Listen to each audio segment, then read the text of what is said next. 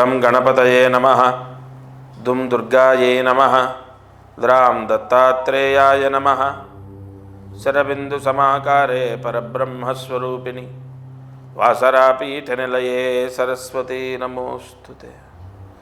ఓం గం గణపతయే నమః దుం దుర్గాయై నమః ద్రాం దత్తాత్రేయాయ నమః.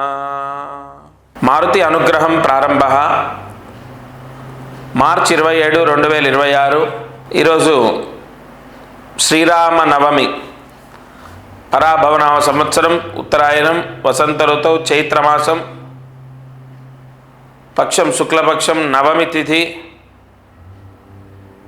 అందులోనూ ఈరోజు వారం శుక్రవారం రావడం నవమి తిథి. శ్రీరామనవమి ప్రత్యేకంగా ఈరోజు గురించి వివరణ చేయక్కర్లే. అందరూ తలస్నానం చేయాలి, రామ దర్శనం చేయాలి, రామనామాన్ని పలకాలి, లేదా రామనామాన్ని రాయాలి, లేదా రామ సంకీర్తన చేయడము, రామ భజన చేయడము, శ్రీరామ కళ్యాణాన్ని వీక్షించడం, ఇవన్నీ మనం పాటించేవే. కొత్తగా ఈరోజు చేసే పరిహారాలు ఏమీ లేవు. అంటే ప్రత్యేక దానం చేయటమో లేదా ప్రత్యేక పరిహారమో అదేది లేదు. ప్రత్యేకంగా చేసేది ఏదన్నా ఉన్నా కూడా నేను అదృష్టమైశ్వర్యంలో చెప్తాను. ఇవాళ దీపారాధన ఒకటి మాత్రం గుర్తుపెట్టుకోండి, శ్రీరామ కళ్యాణం అంటే అది ఎంతో మంగళప్రదం. మన ఇంట్లో మనం ఎలాగైతే ఇంట్లో పెళ్లి చేస్తే ఎంత పవిత్రంగా మన నియమాన్ని పాటిస్తామో, కాళ్ళకు పసుపు రాసుకోవడం, తలస్నానం చేయటం, ఇంటికి మంగళ తోరణాలు కట్టుకోవడం, అవన్నీ చేయాలి. కాళ్ళకు పసుపు రాసుకోవడము, ఎందుకంటే మన ఇంట్లో వివాహమైనట్టే భావించాలి. ఎందుకంటే ఆ కళ్యాణమే మంగళప్రదం.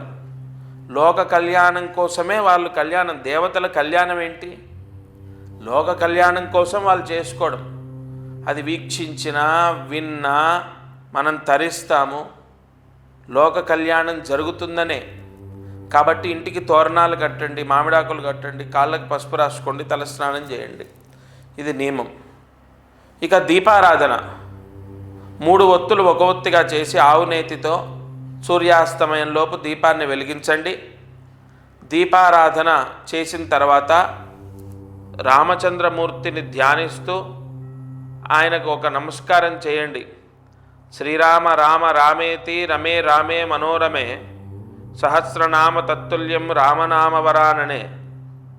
ఇది రామతారక మంత్రం, దీనికి మించిన మంత్రం లేదు. కాబట్టి దీపారాధన చేశాక ఈ మంత్రాన్ని 3 సార్లు తప్పకుండా మనసులో స్మరించండి, అంటే చదవండి.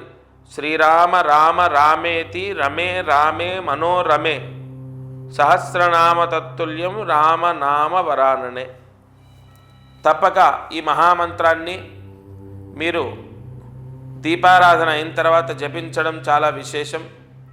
ఈరోజు సూర్యాస్తమయంలోపు ఈ దీపారాధన మీ ఇంట్లో జరిగితే అమంగళ దోషం అనేది తొలగిపోతుంది. ఇక అదృష్టమైశ్వర్యం. మామూలుగా శ్రీరామనవమికి రామ కళ్యాణాన్ని చూస్తాం, రామ కళ్యాణంలో పాల్గొంటాం. రామ రామ రామ అనే ధ్యానము, జపము ఇత్యాది క్రతువులను ఆచరిస్తాం.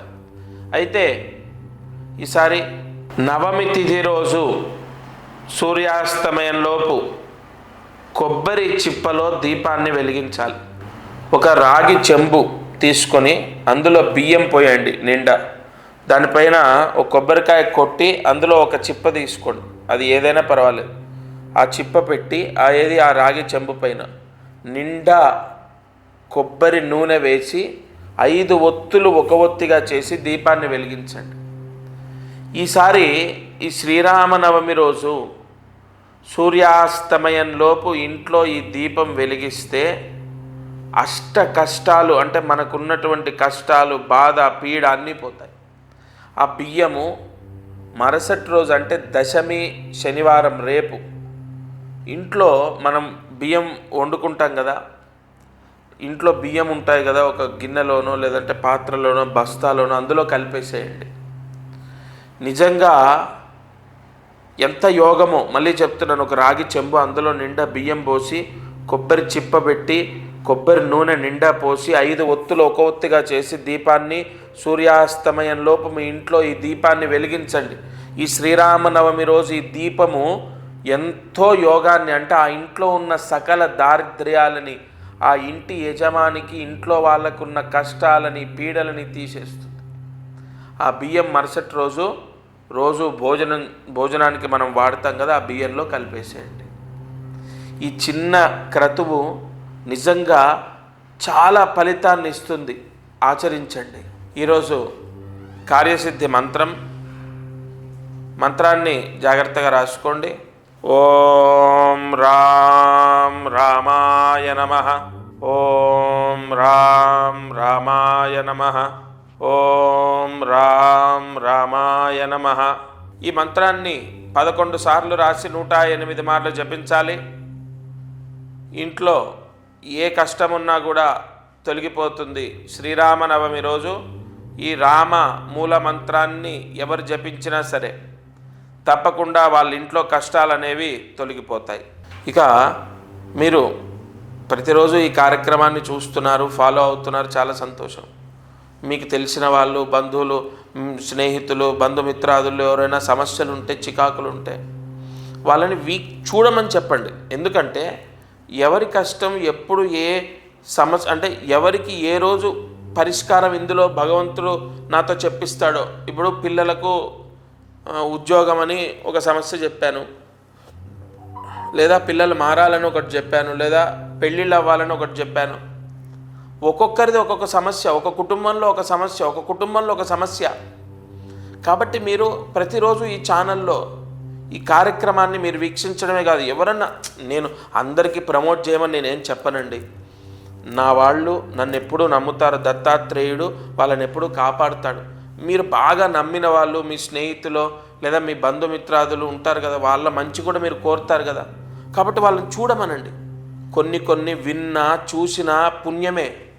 వాళ్ళు చూస్తే ఏమో వాళ్ళ సమస్య ఏదో ఒకరోజు నా నోట వాళ్ళ సమస్యకు పరిష్కారం భగవంతుడు దత్తాత్రేయుడు చెప్పించవచ్చు కదా. తప్పకుండా ప్రతిరోజు నేను చెప్పే దీపారాధన, అలాగే చదువుకునే మంత్రం కానీ, లేదా మిగతా ఇతరత్ర పరిహారాలు, ప్రాయశ్చిత్తాలు కానీ మీరు ఆచరిస్తున్నారు. అది మీకు ఎంతో యోగం. ఇంకోటి కన్ఫామ్గా చెప్పేది ఏంటంటే, తప్పకుండా మీరు చేసే ఈ పుణ్యకర్మ, ఈ సత్కర్మ, ఇది ఎంతో ఫలితాన్ని ఇస్తుంది. దానం అవ్వచ్చు, జపం అవ్వచ్చు, లేదా మీరు చేసుకునేటటువంటి దీపారాధన అవ్వచ్చు. కన్ఫామ్గా ముందు మీకు ఏం చేస్తుందో తెలుసా, మీ కష్టము విముక్తి అవ్వడానికి ఒక పుణ్యాన్ని మీకు ఏర్పరుస్తుంది. ఆ ఇంట్లో ఒక పాజిటివ్ ఫలితం వస్తుంది. అది అద్దిల్లు కానీ, సొంతిల్లు కానీ పూర్తిగా కర్మదోషాన్ని జయించి, కర్మపీడ తొలగిపోయి ఒక పాజిటివ్ ఫలితం అనేది స్టార్ట్ అవుతుంది. తప్పకుండా ప్రతిరోజు ఈ కార్యక్రమాన్ని మీరు చేస్తున్నారంటే కన్ఫామ్గా మీకు పరిపూర్ణ దత్తానుగ్రహం ఉంది కాబట్టే చేస్తున్నారు. నేను ఎన్నోసార్లు నేను ప్రశ్న వేసుకుంటే ఎన్నోసార్లు సమాధానం చెప్పాడు దత్తాత్రేయుడు. ఈ కార్యక్రమం అనేది కన్ఫామ్గా దత్త సంకల్పం. ప్రతిరోజు వీక్షించండి, ఇందులో నేను చెప్పిన పరిహారాలు ఆచరించండి, రక్షింపబడతారు. తప్పక మీకు తెలిసిన వాళ్ళకి ఏదైనా కష్టం ఉంది అన్నా కూడా ఈ కార్యక్రమాన్ని చూడమని చెప్పండి. ఇది ఇవాల్టి మారుతి అనుగ్రహం కార్యక్రమం. దత్తార్పణమస్తు.